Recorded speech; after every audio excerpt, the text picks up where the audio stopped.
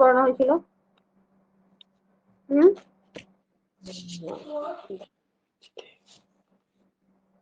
Last ক্লাসে কি পড়ানো হয়েছিল কেউ বলতে পারবে?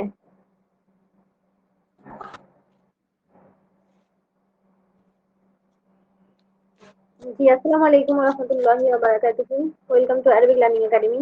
তো আজকে আমাদের ক্লাস শুরু করছি। তো আপনাদের মধ্যে কেউ জানাবেন আমাকে যে কতটা পর্যন্ত হয়েছিল আমাদের?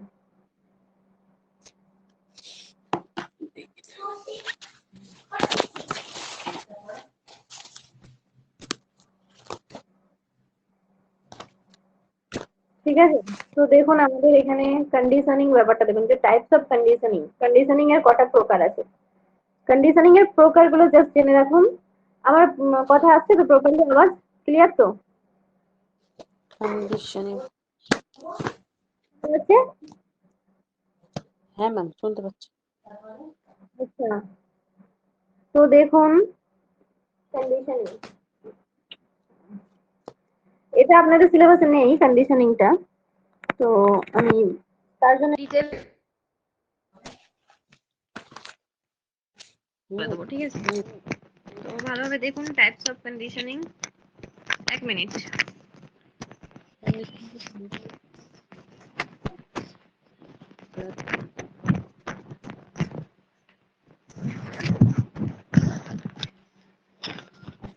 হ্যাঁ, বলুন, কেউ কিছু বলছেন? হ্যালো,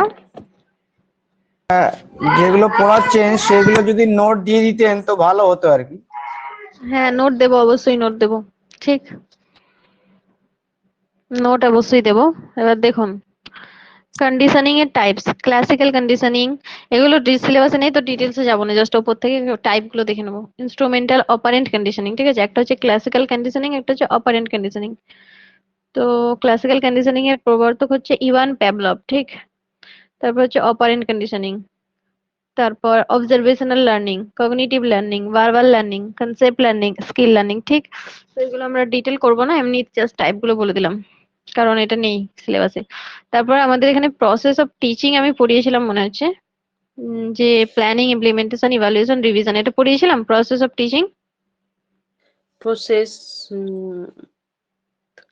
প্রথমে প্ল্যান করবে টিচার, তারপর সেটাকে ইমপ্লিমেন্ট করবে, তারপর ইমপ্লিমেন্ট করার পর, ইমপ্লিমেন্ট করা মানে কি অ্যাপ্লাই করা, সেই যেটা প্ল্যান করেছে সেটা ক্লাসে এসে পড়াবে সেটাকে, তারপর সেটাকে ইভালুয়েট করবে, মূল্যায়ন করবে, তার পড়াটা কতটা সার্থক হয়েছে, পড়ানোটা ঠিকঠাক হয়েছে কিনা ওটাকে ইভালুয়েট করবে, হ্যাঁ।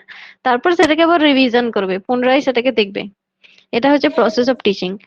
আর প্রসেস অফ লার্নিং এর মধ্যে যেগুলো আছে memory, attention, language, organisation, processing, writing, thinking at a higher order for learning, teaching, learning process.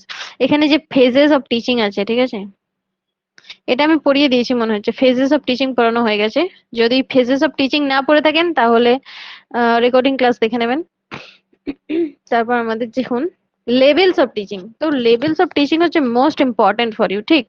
আপনাদের জন্য খুবই গুরুত্বপূর্ণ হচ্ছে লেভেলস অফ টিচিং, ঠিক আছে? তো মেমোরি লেভেল, আন্ডারস্ট্যান্ডিং লেভেল আর রিফ্লেক্টিভ লেভেল। হুম, जूस पीने के लिए। मैं क्लास ले रही हूँ। তো ফেজেস বলুন অফ ম্যাম। টিচিং পড়ানো হয়ে গেছে। জি, লেভেলস অফ টিচিং পড়াবো, হ্যাঁ। তো লেভেলস অফ টিচিং দেখুন, in 1967 Maurice L. Biggie along with his pupils classified the learning process into three levels. 1967 খ্রিস্টাব্দে, ঠিক আছে, মরিস এল বিগি যে আছে 1967 খ্রিস্টাব্দে তিনি হচ্ছেন তার ছাত্রদেরকে টিচিং এর তিনটে লেভেল সম্বন্ধে পরিচিত করেছেন। তো এই টিচিং এর লেভেলকে শর্টকাটে বলা হয় এমএলটি, ইউএলটি, আর মেমোরি লেভেল, আন্ডারস্ট্যান্ডিং লেভেল, আর RLT, reflective level. Reflective level of teaching শর্টকাটে বলা হয়। তো এই তিনটে লেভেলকে যে দিয়েছে তিনি হচ্ছেন মরিস এল বিগি নামে একজন ব্যক্তি, ঠিক, 1967 খ্রিস্টাব্দে। তারপর এখানে মেমোরি লেভেল, মেমোরি লেভেলটাকে আমরা ডিটেলসে পড়বো কারণ এই তিনটে লেভেলস এই কোশ্চেন আসবে আর তিনটে লেভেলস হচ্ছে খুবই ইম্পর্টেন্ট, ঠিক। তো memory level covers only the knowledge based objective of blooms taxonomy. বলছে ব্লুমস ট্যাক্সোনমির মধ্যে যে নলেজ বেসড অবজেক্টিভ আছে সেটাকে শুধু মেমোরি লেভেল কভার করে থাকে। Why the students learn to identify, recall or remember the objects, events, ideas and concept and retain them in memory. যে memory level of teaching সব থেকে লোয়েস্ট লেভেল হয়ে থাকে, ঠিক। যে কি নোট গুলো দিচ্ছি এগুলো আপনারা নোট করে রাখুন যে সব থেকে লোয়েস্ট লেভেল অফ টিচিং কোনটা হয়ে থাকে। ঠিক আছে। সব থেকে লোয়েস্ট লেভেল অফ টিচিং হয়ে থাকে মেমোরি লেভেল।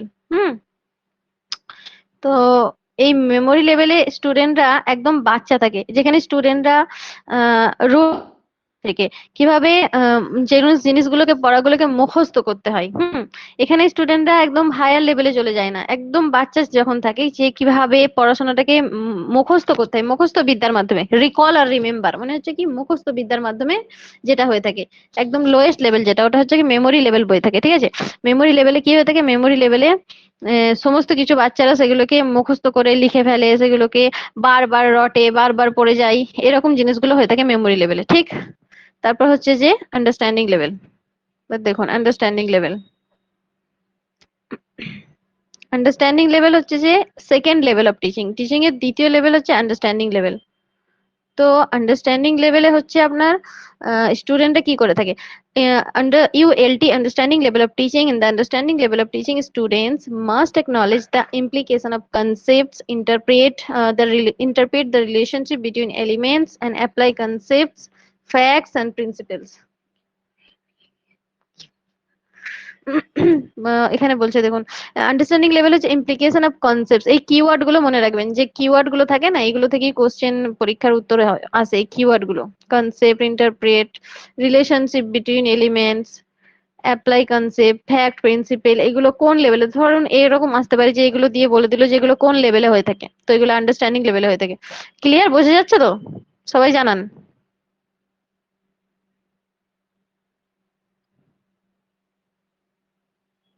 জানাবেন ক্লিয়ার বুঝতে পারছেন কিনা। এই নোটগুলো কবে দেবেন ম্যাম? পিডিএফ পাঠিয়ে দেবো গ্রুপে আমি।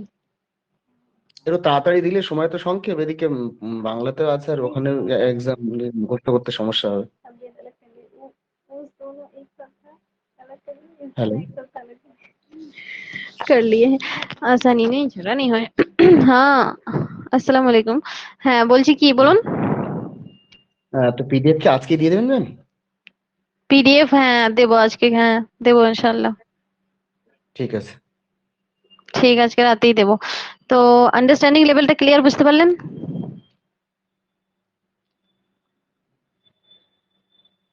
হুম, দেখুন হ্যাঁ ম্যাম, বলুন বলুন। বুঝতে পেরেছেন কি।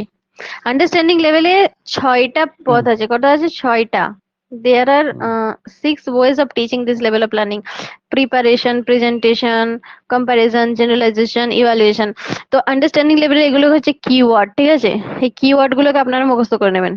ঠিক, তো এই কিওয়ার্ড গুলো ধরে ধরে পরীক্ষার হলে উত্তর করতে পারবেন। যেমন ওখানে যদি থাকে যে প্রিপারেশন, প্রেজেন্টেশন বা এরকম, বা জেনারেলাইজেশন তুলে দিল, দিয়ে বলে কোন লেভেলে হয়ে থাকে, তো আপনাদেরকে আন্ডারস্ট্যান্ডিং লেভেলে টিক মারতে হবে, ক্লিক করতে হবে। ঠিক, তো আন্ডারস্ট্যান্ডিং লেভেলে কি হয়ে থাকে, এটা হচ্ছে মিডিয়াম যে লেভেলটা হয়ে থাকে। স্টুডেন্টরা এখানে লোয়ার লেভেল থেকে একটু মিডিয়াম লেভেলে যায়, একদম হায়ার লেভেলে চলে যায় না, মিডিয়াম লেভেলে যায়।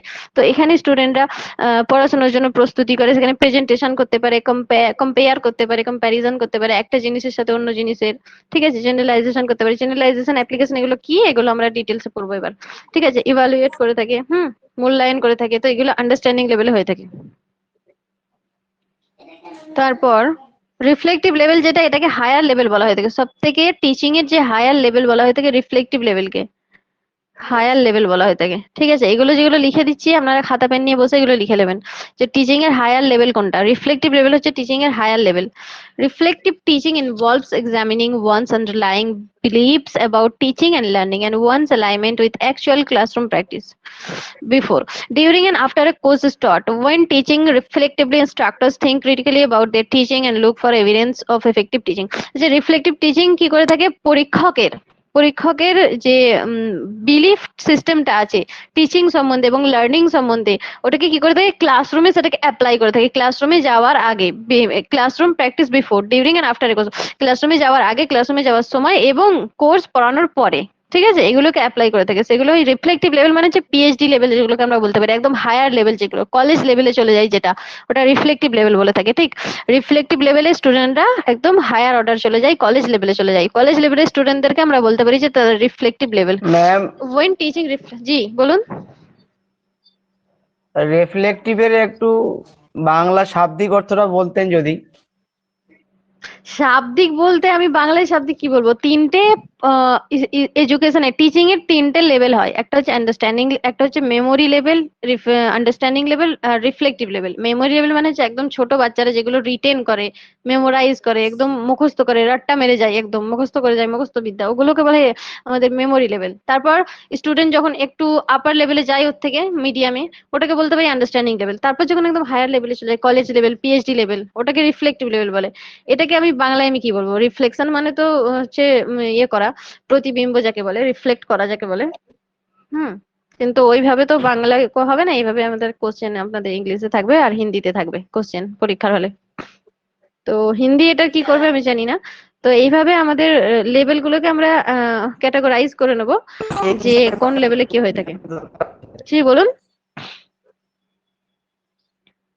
কি মানে বলছেন? আমি আওয়াজ ক্লিয়ার ইংলিশ নয়। চুজ করেছি না, হ্যাঁ, অসুবিধা নেই, দুটোতেই থাকবে কোশ্চেন, হিন্দিতেও শুনতে থাকবে, ইংলিশেও থাকবে। হ্যাঁ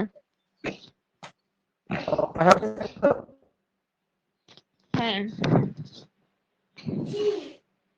দেখুন, the reflective level of teaching is not subject centered or teacher centered. reflective level হচ্ছে যে সাবজেক্ট সেন্টার্ড বা টিচার সেন্টার্ড হয়ে যায় না, মানে সাবজেক্টের অনুকূলেও হয় না, টিচারের অনুকূলেও হয় না যে টিচারেরই এখানে অর্ডার চলবে, টিচার সবকিছু করবে। এখানে স্টুডেন্টরা কি হয়ে যায়, এখানে স্টুডেন্টরা সেলফ ডিপেন্ডেন্ট হয়ে যায়, ইন্ডিপেন্ডেন্ট হয়ে যায়। এখানে স্টুডেন্টরা কারোর উপর ডিপেন্ডেন্ট থাকে না, যেমন মেমোরি লেভেলে বাচ্চারা টিচারের উপর টোটালি ডিপেন্ডেন্ট থাকে, ঠিক আছে, পুরো টিচার সেন্টার্ড হয়ে থাকে। সেরকম রিফ্লেক্টিভ লেভেল টিচার সেন্টার হয় না, কারণ সাবজেক্ট সেন্টারও হয় না। এখানে স্টুডেন্টরা নিজেদের ইন্ডিপেন্ডেন্ট থাকে এবং স্টুডেন্টরা নিজেদের অনুযায়ী সবকিছু করে, একদম নিজের মত অনুযায়ী সবকিছু করে থাকে, লার্নার বেসড হয়ে থাকে। রিফ্লেক্টিভ লেভেল কি সব থেকে হায়ার লেভেল এবং লার্নার বেসড হয়ে থাকে। ক্লিয়ার? সবাই বুঝতে পারছেন তো? আগে জানান আমাকে। হ্যাঁ ম্যাম, বুঝতে পারছি। সবাই ক্লিয়ার বুঝতে পারছেন তো? হ্যাঁ ম্যাম, ক্লিয়ার বুঝতে পারা যাচ্ছে ম্যাম। জি, তারপর দেখুন, তো তাড়াতাড়ি বলে ফেলছি না তো একটু? একটু আস্তে আস্তে বলবেন ম্যাম। আচ্ছা ঠিক আছে, তাহলে at this level major emphasis is given to identifying a problem and defining a solution using students critical abilities। বলছি রিফ্লেক্টিভ লেভেলে কি হয়ে থাকে, সব থেকে বেশি গুরুত্ব, মেজর এমফাসাইজ মানে হচ্ছে সব থেকে বেশি গুরুত্ব দেওয়া হয় আইডেন্টিফাইং এ প্রবলেম, প্রবলেম আইডেন্টিফিকেশন। এগুলো কিওয়ার্ড, এগুলো লিখে রাখবেন, রিফ্লেক্টিভ লেভেল লিখেই কিওয়ার্ড গুলো সব লিখে রাখবেন যে আইডেন্টিফাইং এ প্রবলেম কোন লেভেলে হয়ে থাকে, আন্ডারস্ট্যান্ডিং না মেমোরি না রিফ্লেক্টিভ। তো রিফ্লেক্টিভ লেভেলে হয়ে থাকে, তাই জন্য এই কিওয়ার্ড গুলো খাতায় কপি পেন নিয়ে বসে লিখে রাখবেন। সলিউশন কোথায়, কোন লেভেলে সলিউশন পায় স্টুডেন্টরা, রিফ্লেক্টিভ লেভেলে, ঠিক আছে। স্টুডেন্ট ক্রিটিক্যাল অ্যাবিলিটি যদি বলে কোন লেভেল হবে, বলুন কোন লেভেল হবে, কি উত্তর হবে? রিফ্লেক্টিভ লেভেলে। হুম, রিফ্লেক্টিভ হ্যাঁ হ্যাঁ, ঠিক, গুড। তারপর দেখুন, the role of teachers in the reflective level of teaching is quite democratic, it does not force knowledge on the students. বলছে স্টুডেন্ট টিচারের রোল এখানে কিছুটা ডেমোক্রেটিক হয়ে থাকে। টিচার এখানে স্টুডেন্টকে ফোর্স করতে পারবে না, কিছু বলতে পারবে না, সে কলেজে আসলো না আসলো তার ইচ্ছা, সে আসতে পারে না আসতে পারে, তার ইচ্ছা মতো, তার সেলফ ডমিনেটিং হবে। টিচার এখানে তাকে প্রেসার দেবে না বা টিচার সেন্টার হবে না, স্টুডেন্ট ইন্ডিপেন্ডেন্ট হবে এবং নিজের ইচ্ছা মতো যা কিছু করবে। ইট does not force knowledge on the students. বলছে স্টুডেন্টের উপর এটা জ্ঞানকে জোর জবরদস্তি দেওয়া হয় না রিফ্লেক্টিভ লেভেলে, কারণ এটা হায়ার অর্ডার লেভেল চলে যায়। ক্লিয়ার?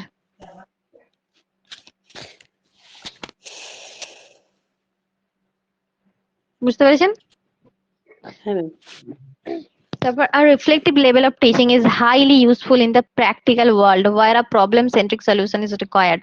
যেখানে প্রবলেম সেন্ট্রিক সলিউশন দরকার হয় ওখানে রিফ্লেক্টিভ লেভেলের প্রয়োজন হয়। ইট provides maximum flexibility compare to others levels of teaching methods. যদি বলে যে কোন লেভেলে সব থেকে বেশি ফ্লেক্সিবিলিটি পাওয়া যায়, ঠিক আছে, তো এটা রিফ্লেক্টিভ লেভেল হবে। এখানে যে কিওয়ার্ড গুলো আছে এগুলোকে মুখস্থ করে নেবেন। অন্যান্য লেভেলের থেকে কোন লেভেলে সব থেকে বেশি ফ্লেক্সিবিলিটি পাওয়া যায়, সব থেকে বেশি সুবিধা ছাড় পাওয়া যায়, সব থেকে বেশি সুবিধাজনক হয়, তো ওটা হচ্ছে রিফ্লেক্টিভ লেভেল। বাকি ম্যাক্সিমস অফ টিচিং আমি পড়িয়ে দিয়েছি আপনাদের, হ্যাঁ, রেকর্ডিং দেখে নেবেন এই ম্যাক্সিমস অফ টিচিং এর। তারপর আমি পড়াবো types of teaching method. Teaching মেথডের কি টাইপস, এটা আপনাদের সিলেবাসে আছে একদম ডাইরেক্ট, যে টিচিং মেথডের টাইপস কি কি আছে, ঠিক আছে। টাইপস অফ হ্যাঁ, Teaching types of methods? Teaching method, হ্যাঁ মেথডস। এক নম্বর হচ্ছে টিচার সেন্টার মেথড। এক নম্বর মেথড কি, টিচার সেন্টার মেথড। এবার টিচার সেন্টার মেথড কাকে বলে, যে মেথডে টিচার ডোমিনেট করে থাকে, ঠিক আছে? পুরো স্টুডেন্টকে টিচার ডোমিনেট করে থাকে, স্টুডেন্টের কোনো কিছু বলার সেখানে রাইট থাকে না, না স্টুডেন্ট না সেখানে বলার কোনো স্বাধীনতা থাকবে, না লেখার, না কোনো কিছু করার, টিচারের পারমিশন ছাড়া পুরোপুরি টিচার ডোমিনেটিং হয়ে থাকবে, মানে টিচারেরই আধিপত্য থাকবে, টিচার যা বলবে স্টুডেন্টকে তাই করতে হবে, এক্স্যাক্টলি, ঠিক আছে? আর স্টুডেন্ট নিজে থেকে কোনো কিছু করতে পারবে না, সেটাকে বলা হয় teacher centred method. Clear?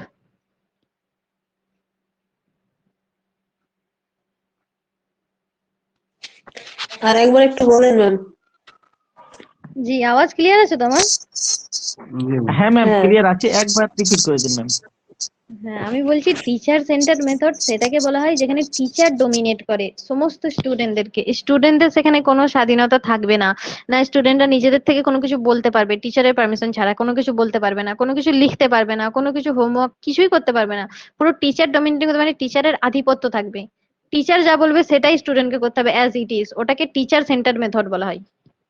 Yes ma'am. ওটাই বলছি। তারপর হচ্ছে একটা হচ্ছে টিচার সেন্টার মেথড, আর একটা দ্বিতীয় নাম্বার হচ্ছে স্টুডেন্ট সেন্টার মেথড। হুম, এই যে এটা দেখে নিন, তারপর ওটা দেখছি। দ্বিতীয় নাম্বার হচ্ছে student centre method. Student centre method বলা হচ্ছে যেটা স্টুডেন্টের অনুপাতে যাবে, ছাত্রছাত্রীদের যে টিচিংটা, ঠিক আছে, যে টিচিংটা ছাত্রছাত্রীদের অনুকূলে যাবে সেটাকে বলা হয় স্টুডেন্ট সেন্টার মেথড, আর যেটা টিচারের অনুকূলে যাবে সেটাকে টিচার সেন্টার বলে। স্টুডেন্ট সেন্টার মেথডে স্টুডেন্টরা নিজেদের বাক স্বাধীনতা থাকবে, নিজেদের সমস্ত কিছু স্বাধীনতা থাকবে, নিজে থেকে লিখবে, নিজে যেমন করবে, ঠিক আছে? স্টুডেন্টের অনুকূলে সমস্ত জিনিসগুলো হবে, টিচিং হবে, তারা যেটা বলবে যে সাবজেক্টটা সেটা পড়ানো হবে, তারা যেটা বলবে সেটা লেখানো হবে, তাদের অনুযায়ী, তাদের মত অনুযায়ী হোমওয়ার্ক দেওয়া হবে, এই সমস্ত জিনিসগুলো করা হবে, সেটা হবে স্টুডেন্ট সেন্টার মেথড, যেটা স্টুডেন্টের অনুপাতে হবে সেটাকে বলা হয় স্টুডেন্ট সেন্টার মেথড, আর যেটা টিচারের অ্যাকর্ডিং হবে সেটাকে বলা হয় টিচার সেন্টার মেথড। ক্লিয়ার? হ্যাঁ, ক্লিয়ার ম্যাম। জি। তারপর এখানে মাঝখানে দেখুন যেটা আছে সেটা হচ্ছে লেকচারিং মেথড। লেকচার মেথড কাকে বলে?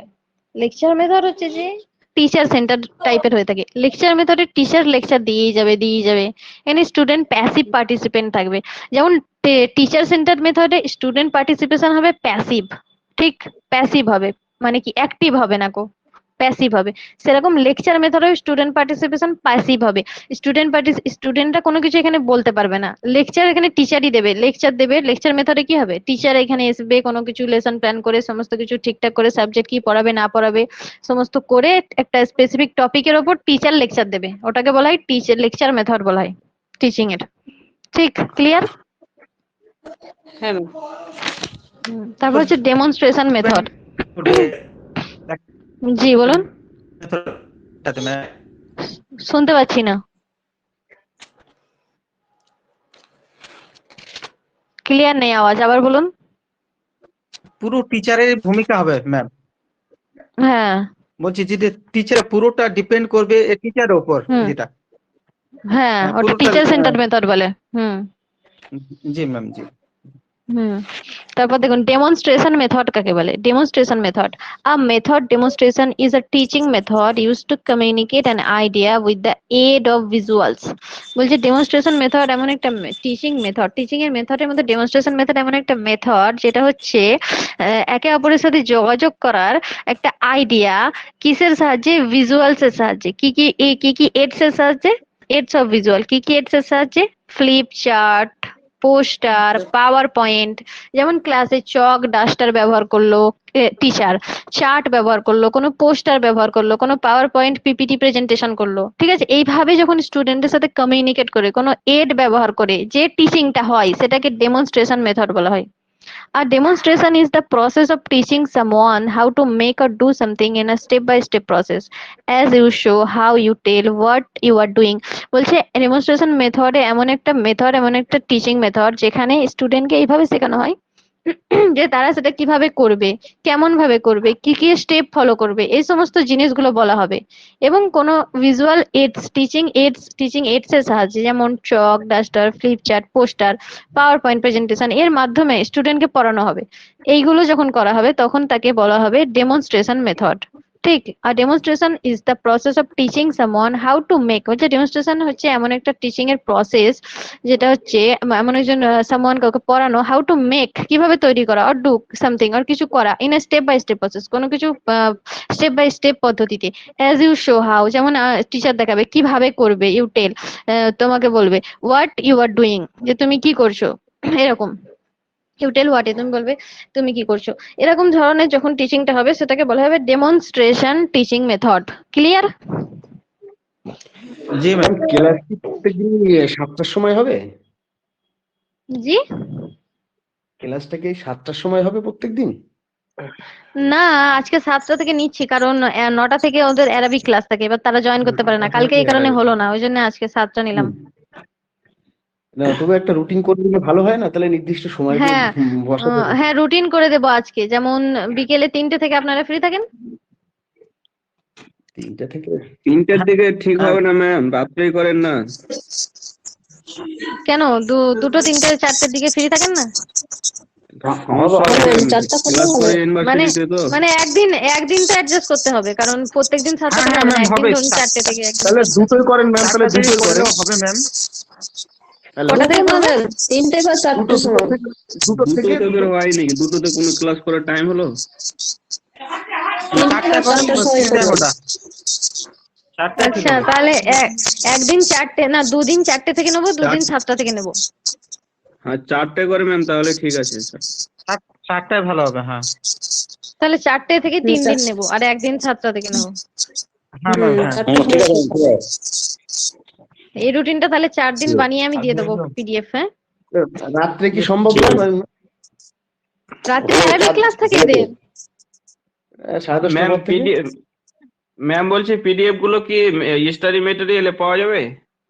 হ্যাঁ, আমি স্টাডি ম্যাটেরিয়াল দিয়ে দেবো পিডিএফ। ম্যাম কিন্তু ওখান থেকে তো বের করানো যায় না। না না, গ্রুপে দিয়ে দেবো, গ্রুপে।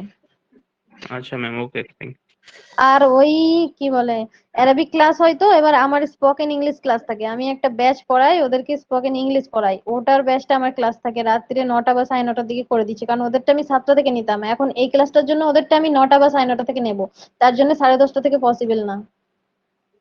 আচ্ছা, জি দেখুন, প্লে ওয়ে মেথডের প্রবর্তক হচ্ছে ফ্রবেল। ঠিক আছে, Froebel play way method. Play way মেথডটা কি? জি বলছি এখানে তো ছাত্ররা প্যাসিভ থাকবে কোথায়, ডেমনস্ট্রেশন কোন মেথডে মেথডে? ডেমনস্ট্রেশন মেথডে with the aid of visual such as, ডেমনস্ট্রেশন মেথডে মাস্টারের উপরে না, পড়ে ওঠে টিচার। ডেমনস্ট্রেশন মেথডে প্যাসিভ থাকবে না।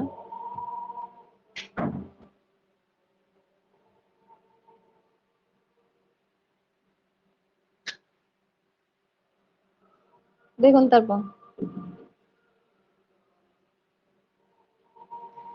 এ বিষয়ে একটা নোট লেখা ছিল আমার কাছে নেটের যে নোট গুলো ছিল না, ভালো কাজে লাগতো, কিন্তু ওগুলো আমি বাড়িতে রেখে এসেছি, তার জন্য আমার অসুবিধা হয়ে যাচ্ছে, আবার নোট বানাতে হচ্ছে।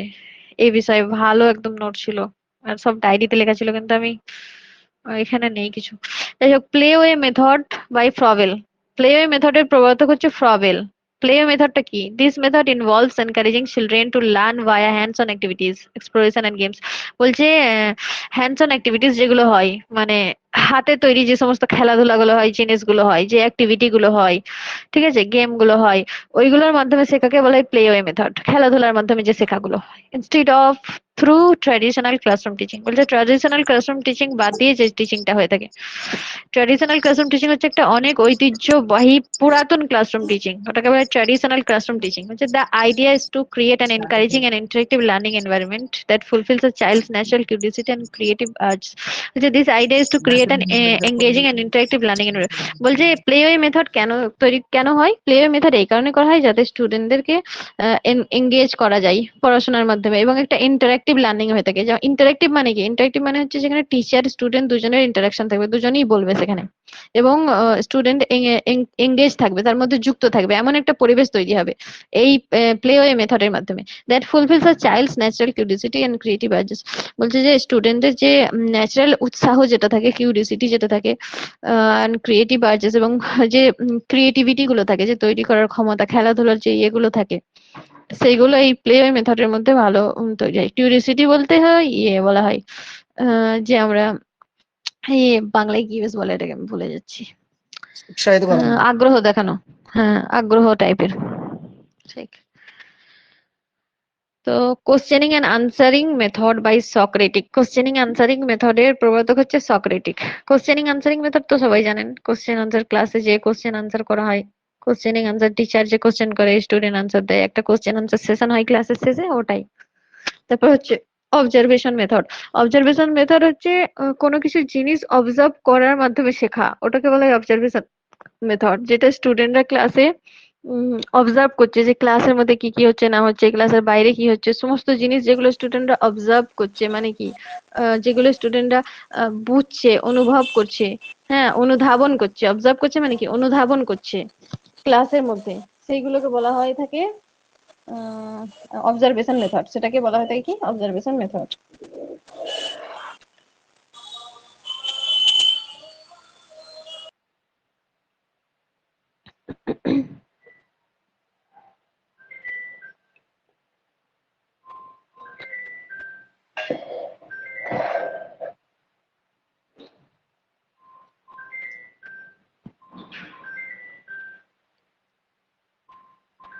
তারপর অ্যানালাইটিক মেথড।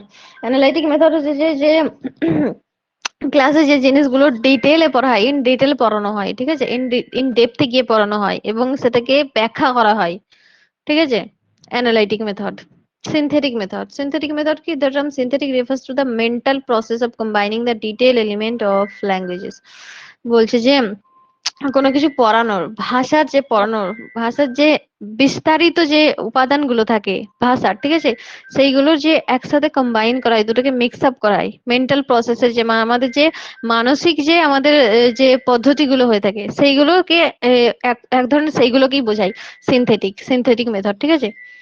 ভাষার সাথে যে মানসিক প্রভাবের যে কম্বাইন হয়ে থাকে, ঠিক আছে, সেটাকে বলা হয়ে থাকে synthetic method. The sounds of the consonants of and of vowels, বলছে কনসোনেন্টস এবং ভাওয়েলস এর শব্দ, sounds. The synthetic method is the main method used in schools and in a number of adult literacy classes. বলছে synthetic method হচ্ছে একটা main method যেটা স্কুলে ব্যবহার করা হয়, and in a number of adult literacy classes, এবং বড়দের ক্লাস। অ্যাডাল্ট লিটারেসি মানে কি, বড়দের যে ক্লাসগুলো হয়ে থাকে, অ্যাডাল্ট স্টুডেন্টদের যে ক্লাসগুলো হয়ে থাকে, সেই ক্লাসে যেটা হয়ে থাকে। A majority of literacy primers are also based on this method.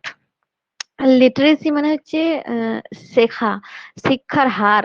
যেমন লিটারাল বলে না, ইলিটারাল ইলিটারাল মানে অশিক্ষিত, আর লিটারাল মানে হচ্ছে শিক্ষিত। হ্যাঁ, লিটারেসি হচ্ছে শিক্ষণীয় যেগুলো। Majority of literacy primers are also based on this. বলছে যে শিক্ষার যে বিশেষ মেজর যে জিনিসগুলো আছে, পিলার গুলো, সেইগুলো হচ্ছে এই মেথডের উপর বেস করে হয়ে থাকে, সিনথেটিক মেথড। তারপর পড়বো ইন্ডাকটিভ মেথড। ক্লিয়ার হয়েছে?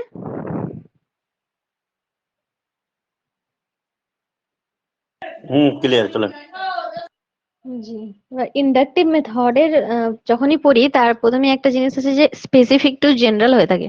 Inductive method specific to general হয়ে থাকে, মানে হচ্ছে P to G, particular to general. Specific to general মানে হচ্ছে পার্টিকুলার টু জেনারেল হয়ে থাকে।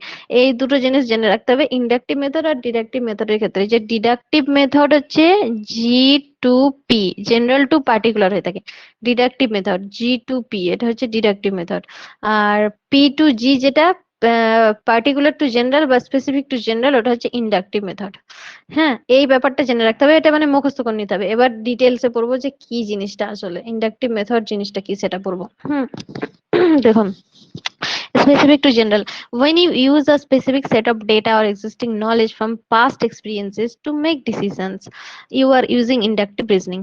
বলছে যে when you use a specific set of data or existing knowledge, বলছে পূর্বের যে এক্সপিরিয়েন্স গুলো আছে আমাদের, পূর্বের যে অভিজ্ঞতাগুলো আছে, সেই অভিজ্ঞতাগুলোকে যখন আমরা ব্যবহার করে, ঠিক আছে, কোনো ডিসিশন নেওয়ার ক্ষেত্রে, কোনো সিদ্ধান্ত নেওয়ার ক্ষেত্রে পূর্বের অভিজ্ঞতাকে যখন আমরা ব্যবহার করি, ঠিক আছে, পূর্বের অভিজ্ঞতাকে ব্যবহার করে যখন আমরা কোনো কিছু তৈরি করি, কোনো জিনিস, হ্যাঁ, কোনো জিনিস যখন আমরা তৈরি করি, যে আমাদের এক্সিস্টিং নলেজ, অলরেডি যে জ্ঞানটা আছে, পূর্বতন জ্ঞান, যে প্রিভিয়াস নলেজ আছে, যে এক্সিস্টিং নলেজ আছে, যেটা অলরেডি আমাদের মধ্যে আছে, সেটাকে ব্যবহার করে যখন আমরা, এবং পূর্বের যে যে জিনিস ব্যবহার করে যখন আমরা কোনো ডিসিশন নিয়ে থাকি, সেটাকে বলা হয়ে থাকে ইন্ডাকটিভ মেথড।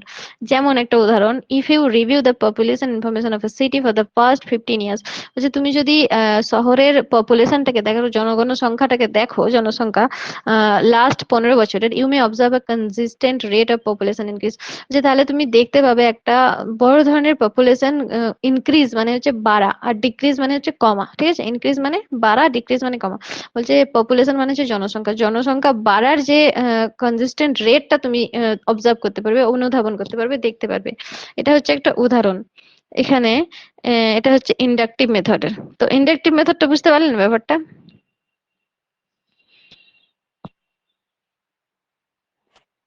ম্যাম ইনক্রিজ মানে বাড়া Hello? না ম্যাম? ইনক্রিজ বাড়া, আর ডিক্রিজ কমা, ঘটা, কমা, কমা। ডিক্রিজ। ম্যাম এটা আরেকবার ম্যাম বলুন। আচ্ছা, আর কেউ কোনো সমস্যা কারো? ফর এক্সাম্পল দিয়ে আসছে কথাটা, ওটা একটু বলুন। হ্যাঁ, এই যে for example if you review the population information, ওই কথাটা একটু বলুন। আচ্ছা আরেকবার বলছি, দেখুন প্রথম থেকে বলছি। ইন্ডাকটিভ মেথড প্রথমত আমাদেরকে জানতে হবে পার্টিকুলার টু জেনারেল হয়ে থাকে, স্পেসিফিক টু জেনারেল বা পার্টিকুলার টু জেনারেল হয়ে থাকে। তারপর বলছে when you use a specific set of data or existing knowledge from past experience to make decision, you are using inductive reasoning। বলছে পূর্বের অভিজ্ঞতা থেকে, যখন আমরা পূর্বের অভিজ্ঞতা থেকে আমাদের অলরেডি যে নলেজটা আছে, আমাদের মধ্যে অলরেডি যে জ্ঞানটা আছে, এক্সিস্টিং যে নলেজ, প্রিভিয়াস যে নলেজ আমাদের মধ্যে আছে, পূর্বের অভিজ্ঞতা থেকে যখন সেটা আমরা ব্যবহার করি কোনো কিছু সিদ্ধান্ত নেওয়ার ক্ষেত্রে, তাকে বলা হয় ইন্ডাকটিভ মেথড। তার মানে আমরা ইন্ডাকটিভ রিজনিং করছি, মানে ইন্ডাকটিভ মেথড ইউজ করছি। ক্লিয়ার হলো?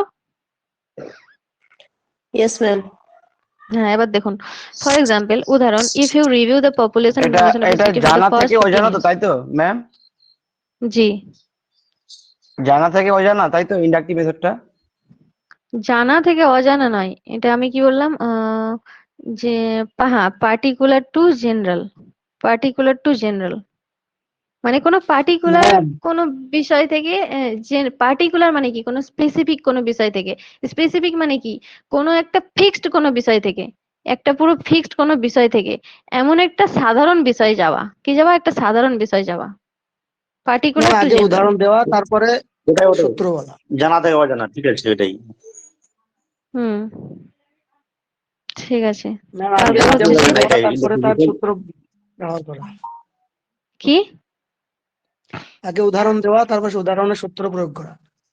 যেমন হ্যাঁ, কানা উদাহরণ জাইদুন তারপর সূত্র। কয়, কানা জাইদুন হুম কয় হুম, মানে এটা হচ্ছে উদাহরণ তারপর উদাহরণ, সূত্র। এটা হচ্ছে ইন্ডাকটিভ মেথড। সূত্র যখন বলবে ইন্ডাকটিভ। ম্যাম ওই হুম, যে একটা এটাই, আরোহী হ্যাঁ, এক্স্যাক্টলি। অবরোহী, আরোহী অবরোহী যেটা আছে মানে ওটাই সেম, এটাই ইনাটিক ঠিক। হ্যাঁ হ্যাঁ, এক্স্যাক্টলি, ক্লিয়ার। হ্যাঁ, ইন্ডাকটিভ ইউটিউবে সার্চ করলে ভালো করে ক্লিয়ার হয়ে যাবে একদম। হ্যাঁ ঠিক, ম্যাডাম, হ্যাঁ ঠিক আছে, এটাই করা এখানে আছে। আমাদের তাড়াতাড়ি করে সে করছি যাতে তাড়াতাড়ি সিলেবাসটা শেষ হয়, টাইম তো কম আছে। তারপর deductive method general to particular হয়ে থাকে।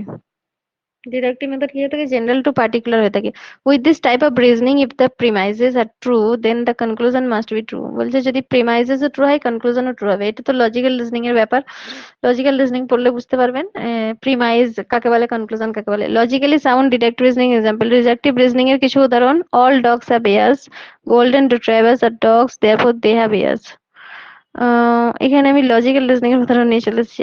বলছে যে সমস্ত কুকুরের যদি কান থাকে, তাহলে গোল্ডেন রিট্রাইভার্স আর ডগ, গোল্ডেন ধরনের যে রিট্রাইভার গুলো হয়ে থাকে, তাহলে ওগুলো কুকুর বলা হবে।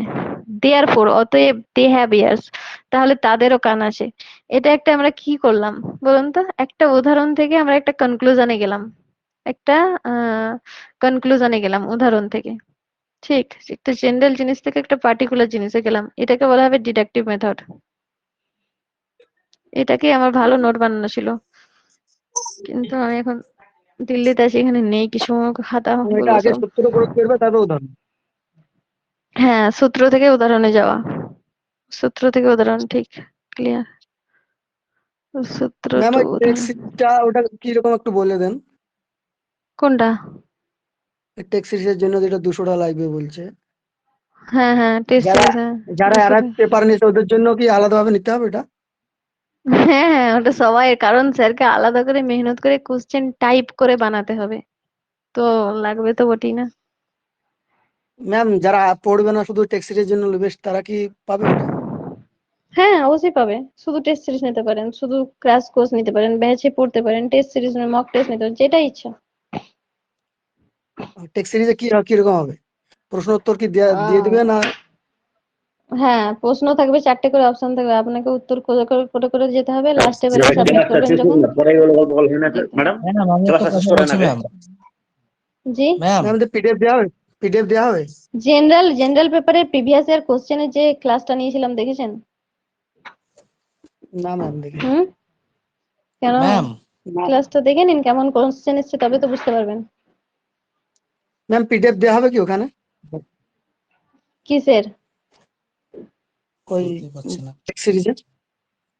টেস্ট সিরিজের আবার পিডিএফ চাই নাকি? টেস্ট গুলোই বারবার দিতে পারবেন, ওখানে দেখতে পাবেন, বারবার প্রশ্ন উত্তরগুলো রিভাইজ করতে পারবেন, টেস্টটা বারবার অ্যাটেম্প্ট করতে পারবেন। ম্যাম মক টেস্ট যদি শুরু করেন তো খুব ভালো হয় মনে হয়। মক টেস্ট কিসের? এই যে আমাদের এই আমাদের জেনারেল পেপারটার উপরে যদি মক টেস্ট সপ্তাহে হয়তো 3টে 4টে করে যদি নেন তাহলে খুব ভালো হয়। হুম এবং মনে হয় খুব স্পিডলি আপনি পড়াচ্ছেন, দিয়ে বুঝতে সমস্যা হচ্ছে তো। হুম, তাহলে আমি যদি ধীরে ক্লিয়ারলি পড়াচ্ছি। একটু ক্লিয়ারলি হলে ম্যাম আমাদের বুঝতে সুবিধা হয়। আর মক টেস্টের উপর জোর দিলে মনে হয় খুব ভালো হয়। হুম, আচ্ছা হয়তো আমি তাহলে 50টা ধীরে ধীরে কোশ্চেন পড়াচ্ছি। করলেন। জি জি জি, একটু ধীরে ধীরে এবং হুম যদি এক্সাম্পল গুলো একটু বুঝিয়ে বলেন তাহলে আমাদের আরো ক্লিয়ার হয়ে যায়। আচ্ছা ঠিক ঠিক আছে। তো প্রজেক্ট মেথড কাকে বলে দেখুন, স্টুডেন্টরা যে ক্লাসের সময় যে আর্ট গুলো করে, যে প্রজেক্ট গুলো লিখে থাকে, ঠিক আছে, যে আর্ট গুলো সমস্ত কিছু করে থাকে, তো উম, সে সমস্ত অ্যাসাইনমেন্ট গুলোকে টিচার দেখে, ঠিক আছে, টিচার দেখে। প্রজেক্ট মেথড আসলে স্টুডেন্ট সেন্টার হয়ে থাকে, এটা টিচার সেন্টার হয় না, স্টুডেন্টের অনুকূলে হয়ে থাকে, কারণ স্টুডেন্ট প্রজেক্ট বানায়, স্টুডেন্ট অ্যাসাইনমেন্ট লেখে, স্টুডেন্ট সবকিছু এগুলো করে থাকে, তো তার জন্য প্রজেক্ট মেথড স্টুডেন্ট সেন্টার হয়ে থাকে। আর স্টুডেন্টরা যে ক্লাসের জন্য যে অ্যাসাইনমেন্ট গুলো লেখে, যে প্রজেক্ট গুলো লেখে, ওটাকেই বলা হচ্ছে project method. Clear?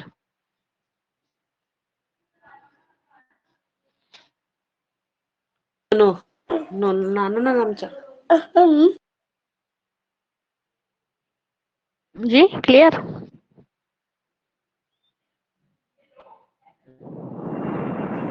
Clear clear.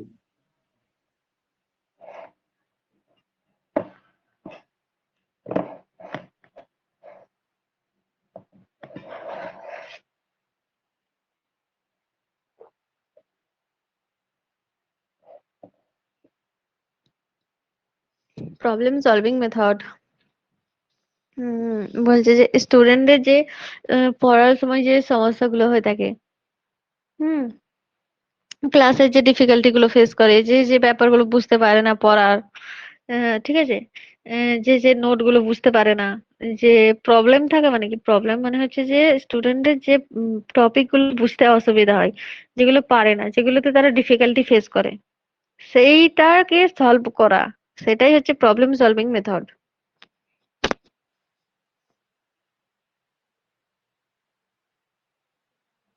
Clear?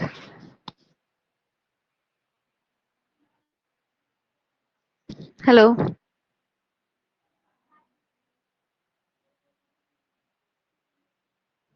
বলুন, শুনতে পাচ্ছেন? হ্যাঁ ম্যাম, হুম, বুঝতে পেরেছেন? হ্যাঁ পেরেছি। আবার হিউরিস্টিক মেথড কাকে বলে দেখুন। Heuristic method. A heuristic method of teaching is an instructional approach that emphasizes the use of problem solving and discovery based learning as well as experience based learning to facilitate student learning. যে heuristic method হচ্ছে এমন একটা teaching method যেটা কি হয়ে থাকে, emphasises, যেটা জোর দিয়ে থাকে the use of problem solving and discovery based learning বলছে যে প্রবলেম সলভিং যেগুলো হয়ে থাকে, স্টুডেন্টদের যে সমস্যাগুলো থেকে থাকে, ক্লাসের যে পড়া বুঝতে না পারা যেগুলো সমস্যা থেকে থাকে, যে ডাউটস গুলো থেকে থাকে, সেইগুলোকে সলভ করা, স্টুডেন্টদের যে সেগুলো সলভ করা, এবং ডিসকভারি বেসড লার্নিং, এবং স্টুডেন্টরা যেগুলো নিজেদের থেকে অনুসন্ধান করে, খোঁজ করে, নিজেদের থেকে ডিসকভার করে থাকে। ডিসকভার করা মানে কি? অনুসন্ধান করা, আবিষ্কার করা। ডিসকভার করা মানে হচ্ছে কি? আবিষ্কার করা। যে যে নতুন লার্নিং এর শেখার যে নতুন জিনিসগুলো স্টুডেন্টরা আবিষ্কার করে থাকে, স্টুডেন্টদের তরফ থেকে হয়ে থাকে। এবং প্রবলেম সলভিং যে ব্যাপারগুলো হয়ে থাকে, নিজেদের ডাউট নিজেরাই ক্লিয়ার করা, ঠিক আছে? এই ডাউট যেগুলো থাকা, স্টুডেন্টদের যে বুঝতে অসুবিধা এই ব্যাপারটা, আর স্টুডেন্টদের নতুন কিছু আবিষ্কার করা, এই ব্যাপারের উপর জোর দেয় যে মেথডটা, সেটাকে হিউরিস্টিক মেথড বলে। এই ব্যাপারগুলোর উপর যে ব্যাপারটা কি, যে মেথডটা জোর দেয়, তাকে হিউরিস্টিক মেথড বলে। Experience based learning to facilitate student learning বলছে হিউরিস্টিক মেথড অভিজ্ঞতার ওপর ভিত্তি করে হয়ে থাকে, অভিজ্ঞতার উপর ভিত্তি করে শেখা, স্টুডেন্টদের লার্নিংটা, শেখনটা সহজতর করে জন্য, ফ্যাসিলিটেট মানে সহজতর করে তোলা, সহজতর করে তোলার জন্য অভিজ্ঞতার ওপর ভিত্তি করে যে শিক্ষাটা, সেটাকে আমরা হিউরিস্টিক অ্যাপ্রোচ বলতে পারি। Heuristic basically means any method or process that helps in problem solving, self learning and discovery. Heuristic মানে হচ্ছে সেটাই একটা মেথড যেটা হচ্ছে যে প্রবলেম সলভ করতে, স্টুডেন্টের ক্লাসে যে সমস্যাগুলো হয় সেগুলো সমাধান করতে, নিজে নিজে শেখা, সেলফ লার্নিং, এবং ডিসকভারি, নতুন কিছু আবিষ্কার করা, এই ব্যাপারগুলো যে মেথডের দ্বারা হয়ে থাকে তাকে হিউরিস্টিক মেথড বলা হয়। ক্লিয়ার?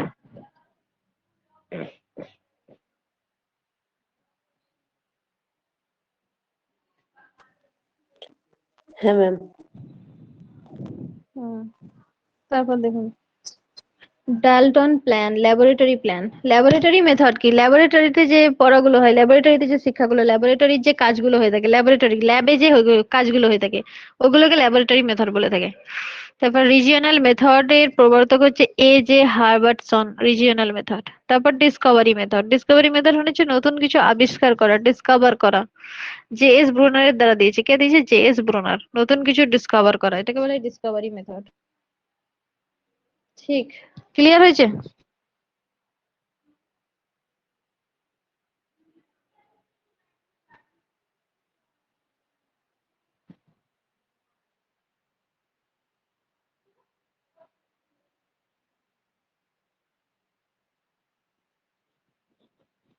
বলুন, ক্লিয়ার?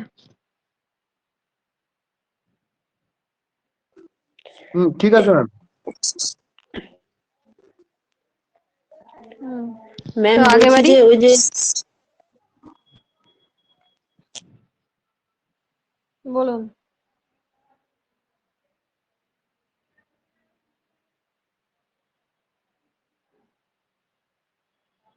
বলুন।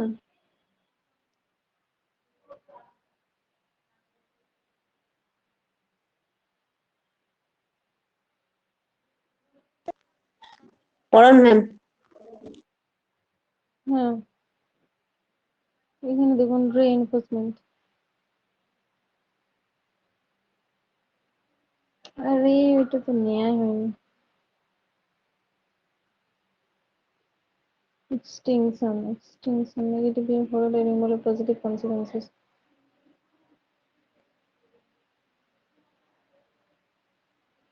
দাঁড়ান, এখানে একটা নোট মিসিং হচ্ছে, ওটাকে নিয়ে আসি। ঠিক, এক মিনিট।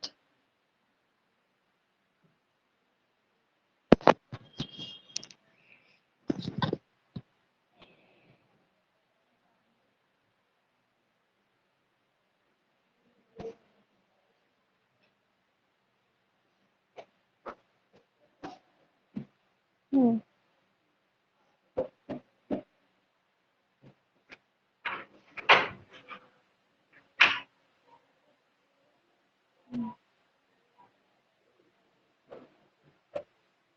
নোটটা কি করে কাটলো কি জানি।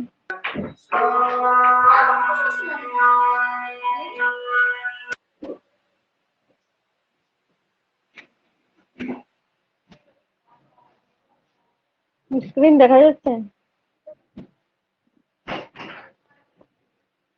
জি না, দেখা যাচ্ছে না ম্যাম। আচ্ছা, আপনাদের কি টাইম হয়ে গেছে নাকি নামাজের? জি আমাদের তো আজান টাইম হয়ে গেল আজান আজান হচ্ছে।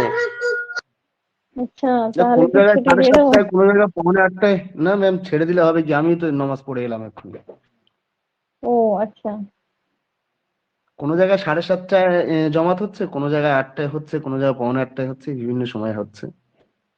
আচ্ছা, হ্যাঁ, তো স্ক্রিন দেখা যাচ্ছে।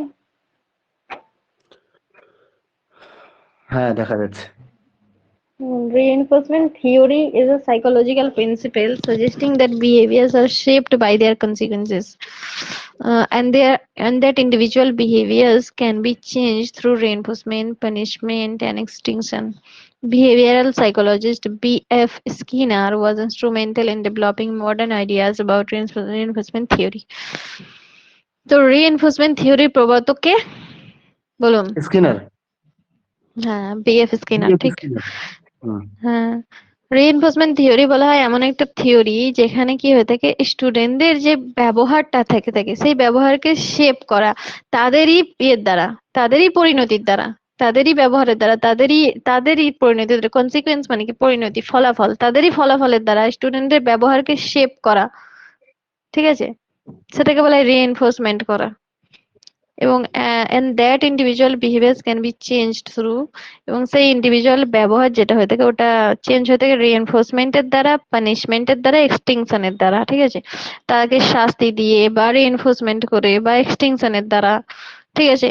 এটাকে করাকে বলা হয় রিইনফোর্সমেন্ট থিওরি। রিইনফোর্সমেন্ট থিওরি যেমন ম্যানেজার প্রেজেস দ্য এমপ্লয়ি, যেমন কোনো ম্যানেজার কোনো এমপ্লয়িকে, যে কর্মচারী থাকে, কর্মচারীর প্রশংসা করা, প্রেজ মানে প্রশংসা করা, কর্মচারীর প্রশংসা করলো, তো সে পজিটিভ রিইনফোর্সমেন্ট থিওরি ব্যবহার করলো, কারণ কর্মচারীর প্রশংসা করলো। Positive behaviour followed by positive consequences, এবং এর ফলটাও পজিটিভই হবে, কারণ পজিটিভ বিহেভিয়ার যেটা করেছে সেটা পজিটিভ ফলই নিয়ে আসবে।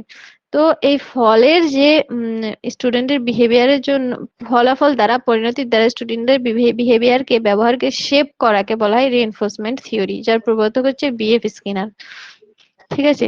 নেগেটিভ যদি রিইনফোর্সমেন্ট বলি, positive behaviour followed by removal আর নেগেটিভ কনসিকুয়েন্সেস। যেমন নেগেটিভ যদি বলে, manager stops nagging the employee punishment, হচ্ছে ম্যানেজার এমপ্লয়ি পানিশমেন্ট করছে এবং তাকে ন্যাগ করাটা থামিয়ে দিচ্ছে। Manager demotes the employee, demotivates the employee, manager এমপ্লয়িকে মোটিভেট করছে না, উৎসাহ দিচ্ছে না, বরং তাকে ইয়ে করে দিচ্ছে, কি বলে এটাকে, অপমান করছে, তাকে উৎসাহ করছে না, তাকে লাঞ্ছনা করছে। তো এটা নেগেটিভ বিহেভিয়ারের দিকে চলে গেল। নেগেটিভ বিহেভিয়ারের বাংলায় ফলও কিভাবে বলা নেগেটিভই যেতে হবে। পারে?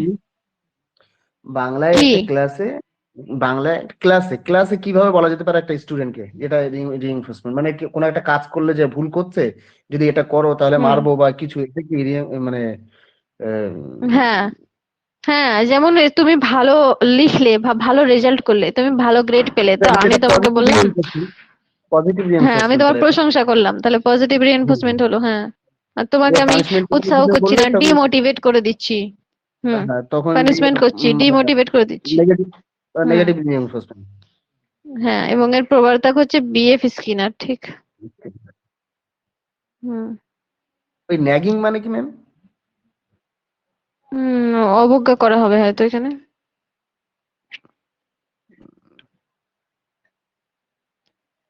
ম্যানেজার স্টপ বন্ধ ন্যাগিং করে- দ্য এমপ্লয়িজ পানিশমেন্ট। ও কর্মচারীকে পানিশমেন্ট যেটা দেয়া হয়, শাস্তি, সেই শাস্তি দেওয়াটার জন্য সে বন্ধ করে দিচ্ছে ন্যাক করা, মানে হচ্ছে যে সে শাস্তি দেওয়ার জন্য বলছে না যে তুমি শাস্তিটাকে বন্ধ করে দাও, বরং সে শাস্তিটাকে দেওয়ার জন্য আরো সেটাকে বাহবা দিচ্ছে, এরকম টাইপের।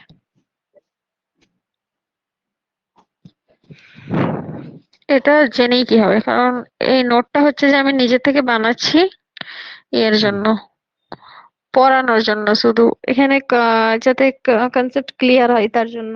এবার কোশ্চেন তো ওরা বানায় যেগুলো, সেগুলো আলাদা আলাদা জায়গা থেকে নিয়ে নেয়, মানে পুরো ইয়ের ওপর নাই যে আপনি কতটা বুঝেছেন সেই অনুযায়ী উত্তর হবে। আপনি যদি প্রিভিয়াস ইয়ারের কোশ্চেন দেখেন, যে ক্লাসগুলো নিয়েছি, তাহলে বুঝতে পারবেন যে কোশ্চেন কেমন ভাবে ফরমেশন করছে ওরা। ওই ক্লাসগুলো অবশ্যই দেখে নেবেন। প্রিভিয়াস ইয়ার ক্লাস করেছি, কোথায় সেটা আছে ম্যাম, কোথায় দেখবো? লিংক দিয়েছি গ্রুপে, জেনারেল পেপার গ্রুপে লিংক দিয়ে রেখেছি। মানে আগের বছরের যে ক্লাসগুলো হুম? এই বছরে যেটা পড়াচ্ছে সেইগুলোর কথা বলছেন? 2023-এর যেটা হয়েছে স্টেট পরীক্ষা, আচ্ছা আচ্ছা আচ্ছা ওর প্রিভিয়াস এর কোশ্চেন ক্লাস নিয়েছি। আচ্ছা। হ্যাঁ, ওটা তো সেই দেখেছিলাম ক্লাসগুলো দুজনকে। গ্রুপে দেওয়া আছে, তো ওখানে কোশ্চেন আচ্ছা গুলো দেখেছেন, কোশ্চেনের লেভেল গুলো কেমন কি হুম নাকি? হুম তো হুম সেটাই বলছি যে আমরা যেগুলো পড়ি না তার থেকে কোশ্চেন লেভেলটা একটু আলাদাই হয়, আলাদাই লাগে যেন কোশ্চেনে গিয়ে, সেজন্য হুম, কনসেপ্ট হুম, ক্লিয়ার হুম, থাকলে নিজের থেকে উত্তর করা যায়। সেটাই। Extinction কাকে বলে? Extinction is the termination of a taxon by the death of its last member. A taxon may become functionally extinct before the death of its last member if it loses the capacity to reproduce and recover. Extinction বলতে বহির্ভূত যেগুলো হয়ে থাকে সেগুলোকে বলি আমরা extinction. বহির্ভূত যে জিনিসগুলো, এখানে বিচ্ছিরি টাইপের ইয়ে দেওয়া আছে, ডেফিনেশন দেওয়া আছে, যেটা আমার পছন্দ হচ্ছে না। বলছে এমন একটা শেষ আন্তক জিনিস যেটা হচ্ছে যে of a taxon by the death of its last member, একটা শেষ মেম্বারের মৃত্যুর একটা প্রতিলিপি। এটা আবার কোনো কথা হলো? এক্সটিংশন বলতে বহির্ভূত যে জিনিসগুলো, এক্সটিংশন আসবেও না, তো এক্সটিংশন বাদ দিন। জেনারেলাইজেশন দেখুন, জেনারেলাইজেশন কাকে বলে? A general statement that is based on only a few facts or examples. বলছে জেনারেলাইজেশন হচ্ছে এমন একটা জেনারেল স্টেটমেন্ট যেটা হচ্ছে শুধুমাত্র কিছু ফ্যাক্টস বা উদাহরণের উপর বেস করে হয়ে থাকে, সেটা হচ্ছে জেনারেল স্টেটমেন্ট। কোনো general statement, the act of making such a statement, কোনো নিজে থেকে স্টেটমেন্ট তৈরি করা, কোনো ফ্যাক্ট বা উদাহরণের উপর বেস করে কোনো জেনারেল স্টেটমেন্ট তৈরি করাকে জেনারেলাইজেশন বলা হয়। ক্লিয়ার? ক্লিয়ার? আরেকবার বলুন ম্যাম। কোনো ফ্যাক্ট বা কোনো উদাহরণের উপর বেস করে, কিছু উদাহরণ বা কিছু সত্য ঘটনার উপর বেস করে যে আমরা জেনারেল স্টেটমেন্ট তৈরি করি, যে আমরা নিজে থেকে একটা ধারণা তৈরি করে নিই। যেমন সবাই যেমন ম্যান ইজ মর্টাল, সব মানুষ মারা যাবে, অতএব তুমিও মারা যাবে। কোনো একটা ফ্যাক্ট বা সত্য বা কোনো একটা উদাহরণের উপর বেস করে যখন আমরা একটা নিজেদের থেকে একটা জেনারেল স্টেটমেন্ট, নিজেদের থেকে একটা বাক্য তৈরি করি, নিজেদের থেকে একটা মন্তব্য করে একটা নতুন সেন্টেন্স তৈরি করে ফেলি, নতুন একটা স্টেটমেন্ট তৈরি করে ফেলি সাধারণ টাইপের, ওটাকে বলা হয় জেনারেলাইজ করা। হুম, জেনারেলাইজ করা বলা হয়, ওটাকে বলা হয় generalisation. Taking something specific and applying it more broadly is making a generalisation. বলছে কোনো স্পেসিফিক কিছু, স্পেসিফিক মানে কি? স্পেসিফিক মানে হচ্ছে বিশেষত একদম বিশেষ কোনো একটা স্পেসিফিক জিনিসকে নিলাম এবং সেটাকে আরো ব্রডলি, বড়ভাবে সেটাকে আমি অ্যাপ্লাই করলাম অন্যান্য জিনিসের সাথে। ঠিক আছে, ওটাকেই বলা হয় জেনারেলাইজ করা। এটাকে কি করা বলা হয়? জেনারেলাইজ করা বলা হয়। It's a generalisation to say all dogs chase squirrels. A general is taking one or few facts and making a broader, more universal statement. হ্যাঁ, যেমন সমস্ত কুকুরেরই আহ লালা ঝরে, ওই খাবার দেখলে ঘন্টি বাজলেই লালা ঝরছে, ঘন্টি বাজলেই লালা ঝরছে, আমরা যে দেখতে পাই। ঠিক আছে, তো এখানে অল ডগস চেজ স্কুইরালস বলতে এখানে অন্য একটা কথাকে বলেছে, তো এটা ব্যাপারটা ক্লিয়ার নয় ঠিক। তো এখানটা বাদ দিন, আমি একটা অন্য উদাহরণ দিচ্ছি জেনারেলাইজ করা। যেমন আমি দেখছি কেউ সিগারেট খাচ্ছে, কেউ বিড়ি খাচ্ছে, তাহলে আমি জেনারেলাইজ করে নিলাম যে সমস্ত টিনেজার এজের ছেলে মেয়েরাই হচ্ছে বিড়ি বা সিগারেট খায়। এটা কি করে নিলাম? জেনারেলাইজেশন করে নিলাম নিজের থেকে। এটাকে বলা হয় জেনারেলাইজ করা। ক্লিয়ার? ঠিক আছে। জেনারেলাইজ করা ঠিক। ডিসক্রিমিনেশন হচ্ছে যে জাস্টিস না করা, ইনজাস্টিস করা। ডিসক্রিমিনেট করা মানে কি? বাদ দিয়ে দেওয়া, একজনকে কি এটা বাদ দেওয়া, একজনের সাথে অন্যায় করা, বিচার করা, তাকে আলাদা রাখা, তার সাথে তাকে ডিসক্রিমিনেট করা। ঠিক। হুম, তার সাথে জাস্টিস না হুম, করা, ওটাকে বলে ডিসক্রিমিনেশন। ক্লিয়ার? ঠিক আছে। হুম। Which is spontaneous recovery. Spontaneous recovery কাকে বলে? Spontaneous recovery is a phenomenon of learning and memory that was first named and described by Ivan Pavlov. যে spontaneous recovery কে প্রবর্তক হচ্ছে ইভান প্যাভলভ। ঠিক, ইভান প্যাভলভ। Spontaneous recovery প্রবর্তক হচ্ছে Ivan Pavlov. Studies of classical conditioning. Classical conditioning বলতে গিয়ে Ivan Pavlov একটা শব্দের চয়ন করেছে, সেটা হচ্ছে spontaneous recovery. In that context, it refers to the re-emergence of a previously extinguished condition response after a delay. বলছে যে রি-এমার্জেন্স করা, পুনরায় উত্থান করা, পূর্বে যেটা হয়ে গেছে, পূর্বে যে কন্ডিশনটা হয়ে গেছে সেটাকে রেসপন্স করার পর আবার সেটাতে দেরি করে সেটাকে উত্থান করাকে বলা হয় স্পন্টেনাস রিকভারি। এগুলো আসবে না যদিও ডাইরেক্ট এরকম ধারা, ঠিক আমি সব এখানে আসছে যে বলে এটা আমি তো পড়িয়ে এটা তো দিলাম। একটা ইম্পর্টেন্ট বিষয়, যে প্যাভলভের একটা পরীক্ষা ছিল না, হুম হুম। সেই হ্যাঁ হ্যাঁ, পরীক্ষার সেটা পড়েছি বিষয়টাই। আমরা ইভান পাভলভের। হুম, হুম। সেই বিষয়ের কথাই বলতে তবে চাচ্ছি নাকি আপনি? স্পন্টেনাস রিকভারি আসবে বলে আমার মনে হচ্ছে না যেমন স্পন্টেনাস রিকভারি এবার অপশনে থাকতে পারে, জেনারেলাইজেশন তো আসতে পারে, অপশনে ডিসক্রিমিনেশন থাকতে পারে, স্পন্টেনিয়াস রিকভারি থাকবে না আশা করি। তারপর টিচিং মেথডস এর মধ্যে আরো কিছু মেথডস আছে যেগুলো লিখে রেখেছি, যেমন lecture method, seminar, symposium, panel discussion, group discussion, tutorial, role play, integrated teaching, talking point session, workshop, conference, এগুলো আমি লিখে রেখেছি আলাদা করে। মেন মেথড হচ্ছে ওগুলি, ওপরে যে টিচিং মেথডস গুলো পড়ালাম ওগুলো। ঠিক, এগুলো আপনারা মুখস্থ করে নেবেন, পড়ে নেবেন। তারপর হচ্ছে ক্রাইটেরিয়া অফ গুড টিচিং। একজন ভালো টিচিং করার কি criteria? Good concept through preparation. বলছি একজন টিচারের কনসেপ্ট ভালো হতে হবে, হ্যাঁ, কনসেপ্ট ক্লিয়ার হতে হবে। কিসের দ্বারা হবে? প্রিপারেশন নিয়ে।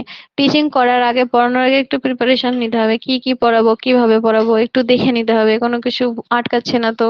হ্যাঁ, একটা মেন্টালি প্রিপারেশন নেওয়া, একটা লেসন প্ল্যান বানানো। প্রথমে প্রথমে গুড কনসেপ্ট হবে, প্রিপারেশন নেবে, তারপর অর্গানাইজড কন্টেন্ট, মানে একটা লেসন প্ল্যান করবে। লেসন প্ল্যান করবে মানে কি? মানে কন্টেন্ট বানাবে একটা অর্গানাইজড ওয়েতে। হ্যাঁ, একটা কোনো কিছু বিচ্ছিন্ন থাকবে না, সবকিছু একটা সাজানো গোছানো ওয়েতে হবে। সে লেসন প্ল্যান করবে, সে সমস্ত কন্টেন্ট গুলোকে রেডি করবে একটা মুনতাজিম ওয়েতে, অর্গানাইজড ওয়েতে। হ্যাঁ, তারপর কি হবে? Good quality and optimum quantity. বলছে যে টিচারের যে কোয়ালিটি, টিচিং কোয়ালিটির সব থেকে ভালো হতে হবে এবং কোয়ান্টিটিটাও সম পরিমাণ হতে হবে। ঠিক, সিকুয়েন্স থাকতে হবে পড়ানোর মধ্যে, রিলেভেন্স থাকতে হবে, লার্নার ওরিয়েন্টেড হতে হবে, টিচার সেন্টার হলে হবে না। টিচিং এর আমাদের একটা কোশ্চেন আসতে পারে যে টিচিং যখন করে স্টুডেন্ট, তো কোন টিচিংটা সব থেকে বেশি এফেক্টিভ হয়, টিচার সেন্টার না লার্নার সেন্টার? তো উত্তর হবে learner centre. Learner centre teaching method সব থেকে বেশি এফেক্টিভ হয়ে থাকে। ঠিক আছে, লার্নার ওরিয়েন্টেড হতে হবে, যাতে লার্নার সেন্টার হয়ে থাকে সেই দিকে খেয়াল রাখতে হবে। লার্নারের কি কি সুবিধা অসুবিধা সেগুলো দেখতে হবে, লার্নার বুঝতে পারছে কিনা, লার্নার কি কি করলে ভালো ইমপ্রুভ করতে পারবে, ভালো রেজাল্ট করতে পারবে, সেইগুলোর উপর ফোকাস করবে একজন গুড টিচার। এগুলি হচ্ছে টিচিং সব থেকে ভালো হওয়ার criteria, criteria of good teaching. এরকম ধরনের একটা কোশ্চেন এসেছিল আমার মনে হচ্ছে, ওই জন্য আমি এই ব্যাপারগুলো লিখেছি এখানে। রিলেভেন্স মানে কি? প্রাসঙ্গিকতা, প্রাসঙ্গিকতা থাকবে পড়ানোর সাথে, টিচিং এর যে প্রিপারেশন নিচ্ছে, যে তৈরি করছে হুম টিচার, হুম তার পড়ানোর সাথে, তার কন্টেন্টের সাথে, তার নলেজের সাথে সেখানে প্রাসঙ্গিকতা থাকবে, অপ্রাসঙ্গিক কোনো বিষয় নিয়ে চলে আসবে না। হ্যাঁ। আর সিকোয়েন্স? হুম, সিকোয়েন্স মানে যে সারিবদ্ধতা, একের পর এক হবে। প্রথমে এইটা কাজ করবে, লেসন প্রথমে প্রিপেয়ার করবে, তারপর লেসন প্ল্যান বানাবে, তারপর আসবে পড়াবে, সারিবদ্ধতা, সারিবদ্ধ অনুযায়ী নাম্বারিং অনুযায়ী একদম সিকুয়েন্সিয়ালি কাজগুলো হবে, অগোছালো হবে না। হুম। এটা। তারপর হচ্ছে ইনস্ট্রাকশনাল অবজেক্টিভস। ইনস্ট্রাকশনাল অবজেক্টিভস কাকে বলে? এগুলো স্পেসিফিক হয়ে থাকে, বিশেষ, মেজারেবল, যেগুলোকে মাপা যায়, শর্ট টার্ম, যেগুলো ছোট হয়ে থাকে, অবজারভেবল স্টুডেন্ট বিহেভিয়ার, বলছে স্টুডেন্টের ব্যবহারকে যেখানে অনুধাবন করতে পারবে। They indicate the desirable knowledge, skills or attitudes to be gained. বলছে ইনস্ট্রাকশনাল অবজেক্টিভ যেগুলোর দিকে ইন্ডিকেট করে সেগুলো হচ্ছে ডিজাইরেবল নলেজ, কাঙ্ক্ষিত জ্ঞান, স্কিল দক্ষতা, attitude student to be gained, যে অ্যাটিটিউডটা স্টুডেন্ট ভালো অ্যাটিটিউড যেটা অর্জন করে থাকে ক্লাসে সেটা। And instructional objective is the focal point of a lesson plan. Lesson প্ল্যানের মেন পয়েন্ট হচ্ছে ইনস্ট্রাকশনাল অবজেক্টিভ। ইনস্ট্রাকশনাল অবজেক্টিভ মানে ইনস্ট্রাক্ট করা, মানে হচ্ছে আদেশ করা। কি করা? আদেশ করা। ইনস্ট্রাকশনাল অবজেক্টিভ বলতে হচ্ছে যে অবজেক্টিভ গুলো থাকে, যে গোলস গুলো সেট আপ করা হয় টিচিং এর জন্য, যে আদেশমূলক অবজেক্টিভ গুলো থাকে সেগুলোকে বলা হয় যে ইনস্ট্রাকশনাল অবজেক্টিভ। ক্লিয়ার?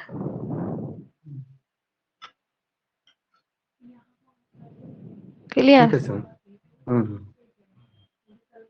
তো আজকে এই থাকুক না আরো পড়বেন?